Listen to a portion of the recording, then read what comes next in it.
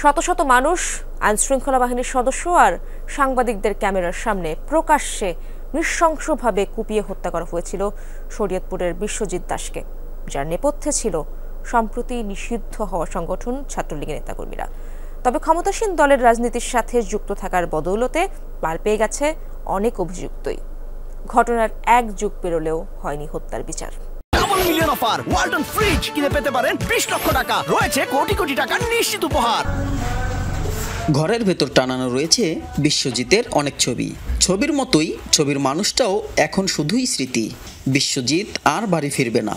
ছেলের কথা ভাবতেই এখনও নীরবে চোখের জল ফেলে চলেছেন মা কল্পনা দাস।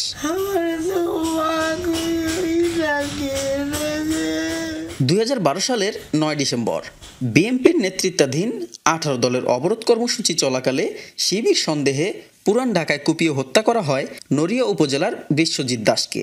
এ ঘটনায় 21 জনের মধ্যে 8 জনের মৃত্যুদণ্ড এবং 13 জনের যাবজ্জীবন সাজা দেওয়া হলেও আওয়ামী লীগ সরকার আমলে মৃত্যুদণ্ডপ্রাপ্তদের মধ্যে 6 জনের সাজা কমিয়ে যাবজ্জীবন করা হয়।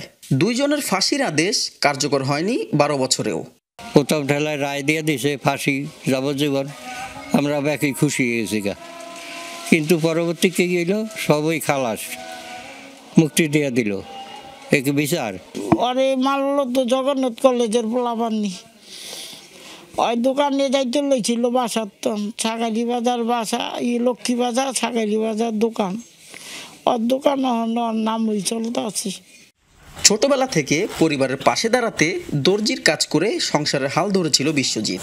সেদিন কাতর আর্জি জানালেও কর্মজীবী ছেলেটিকেও ছাড় দেয়নি ছাত্রলীগের কর্মীরা।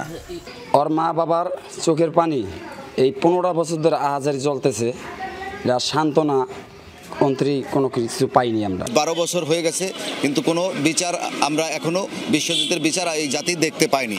সত্যিকার যারা বিশ্বজিৎ হত্যা করেছিল সকলের বিচার করা হোক। তারা আসামিরা যারা মারছে তাদের কিন্তু এখন পর্যন্ত কোনো শাস্তি হয়নি, তারা প্রকাশ্যে তারা ঘিরে বেড়াইতেছে। দ্রুত অপরাধীদের বিচারের দাবি এই আইনজীবীর। কিভাবে এই বিচারটাকে পুনর্বিচার করিয়া এই আসামিদেরকে কিভাবে গ্রেপ্তার করা যায়, তাদের বিরুদ্ধে কিভাবে সঠিকভাবে তাদেরকে আইনের আওতায় আনা যায়, এটা একান্তভাবে করা দরকার।